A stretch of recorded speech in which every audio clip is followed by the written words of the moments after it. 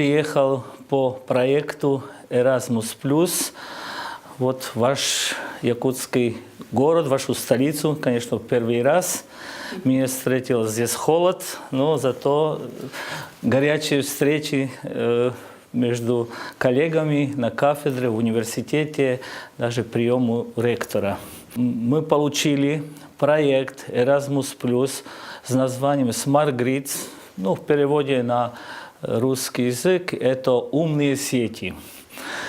По электроэнергетике этих проектов подано в Евросоюзе было больше 700, и выиграли с хорошим рейтингом, можно сказать, этот проект. Вот координатором таким является Технический университет в Риге и два университета с Евросоюза. Это Технический университет в Кошицах, Словакия, и Политехнический институт Гренобль, Франция. И остальные это российские вузы, научно-исследовательские вузы. Вот Якутский, в Якутии, в Казани энергетический институт, потом Иркутский научно-исследовательский институт, Томский институт. И еще вот имени первого президента Ельцина. И два вьетнамских университета, это Хо Чи Мин и Ханой. Вот. Почему такой проект, почему такое название «Умные сети», имеется в виду электроэнергетические сети, системы и так дальше.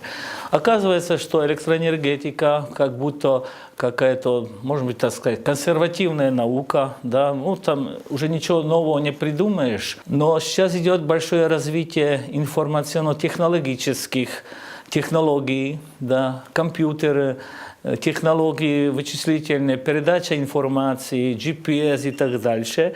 Вот это тоже помогает очень развивать электроэнергетику. То есть в будущем, видимо, электроэнергетика не будет такая классическая, то есть там поставил станцию, потом сети передал эту энергию к потребителю, а просто эту можно электроэнергию выработать у себя дома, скажем, на крыше дома, или панели, там всякое. Можно обогревать воду от солнца, можно какие-то специальные котлы на биомассу, теплонасосы и так дальше. Вот идет такое название распределительная энергетика, которая и в Европе, и в других странах, в Азии даже, вот очень большое развитие в Китае, Индии, идет вот новые направления. Вот для этого это все надо как-то связать, и начинается называть умная энергетика или умные системы. Вот. Значит, в будущем, чтобы это все можно применять, университеты должны быть подготовлены для этого. Вот поэтому надо создать заранее программы в университетах и обучать студентов хотя бы что такое и как это все использовать в будущем, чтобы они были подготовлены. Вот проект и на это направлен. Вот эти умные системы. Проект начали только, можно сказать, в конце прошлого года. Вот он на 3 года. Результат этого проекта будет создание магистерских программ вот в этих русских и вьетнамских вузах. Выбор из 20 предметов или модулей по этому направлению будут выбраны 10, 9 теоретический и 1 практический модуль, который в какой-то мере будет реализоваться в программах, магистерских программах в русских и вьетнамских вузах. Вот, мы сейчас приехали, чтобы посмотреть, как здесь в Якутии идет, значит, в этом направлении, какие лаборатории, как преподают, какие программы. Вот. И смотрим это все и помогаем, потому что у нас кое-какие уже есть разработки. Помогаем, чтобы в будущем создать вот эти. И также все вузы, другие коллеги вот проходят.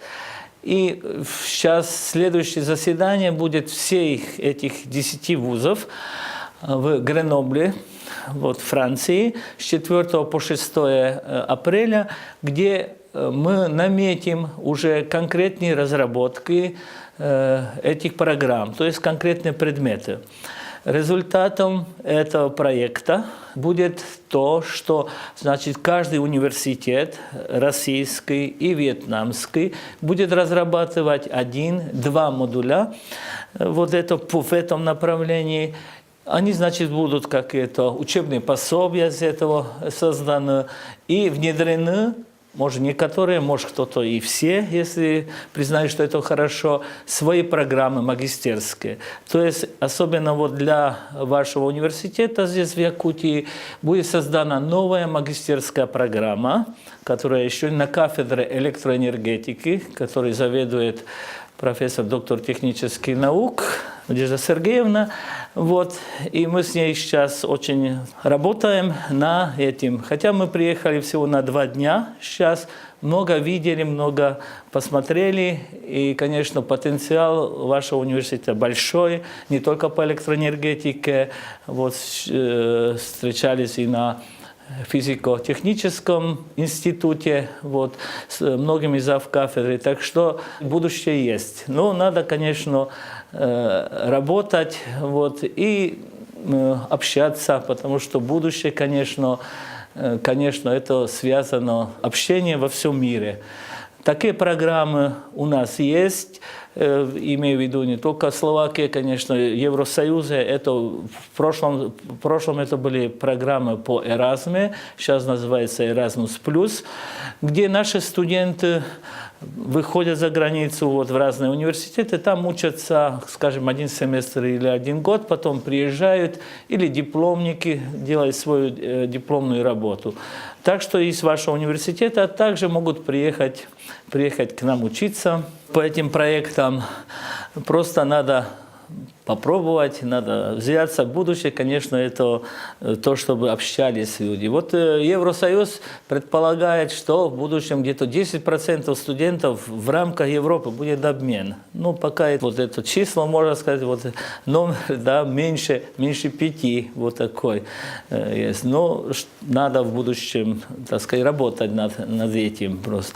Там не только общение, не только новые знания, но и разработки. Значит, чтобы к чему-то добраться, к серьезному, так сказать, в науке, это надо кооперация, вот и так дальше. Но если говорить про это умные сети или умные системы, смарт-гриды на английском языке, то есть они связаны, можно сказать, больше сейчас с Европой, потому что Европа, значит, густонаселенная, можно сказать. Там много электростанций, там загрязненная, значит, среда, энергетика, и, в частности, электроэнергетика, один из самых больших загрязнителей окружающей среды.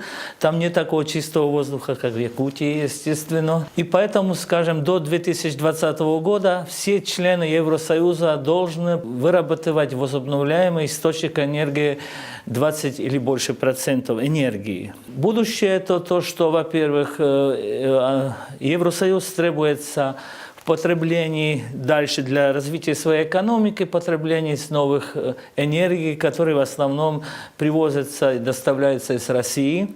Да, скажем, например, из Словакии 95% всех энергетических средств привозим из России. То есть у нас только небольшое количество бурого угля, черный уголь для наших станций привозим из России, вот в Сибири где-то вот там.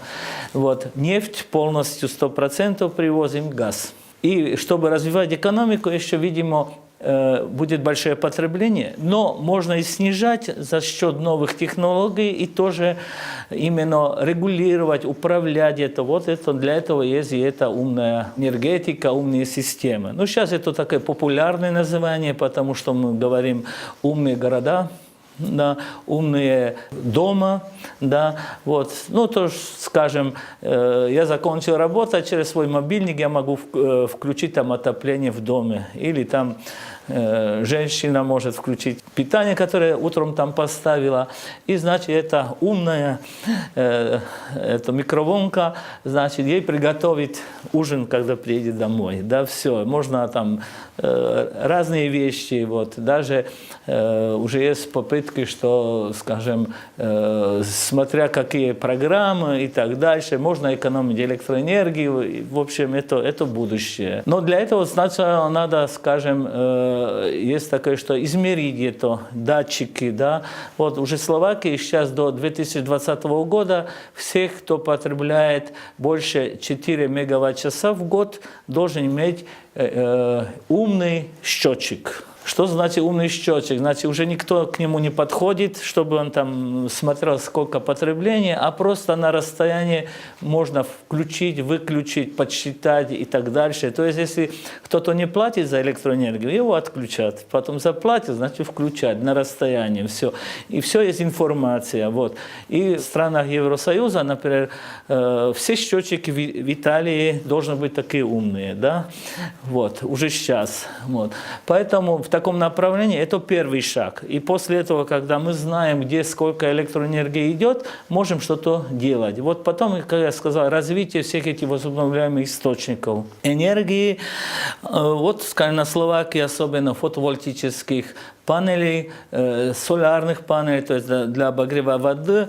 Ну, можно сказать, маленькие ветровые, но их немного.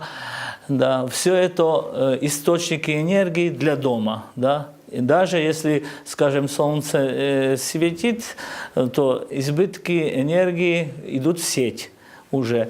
Для этого есть программа, скажем, на Словакии 115 миллионов евро, да, и можно поставить до 10 киловатт такой источник на крыше дома, скажем.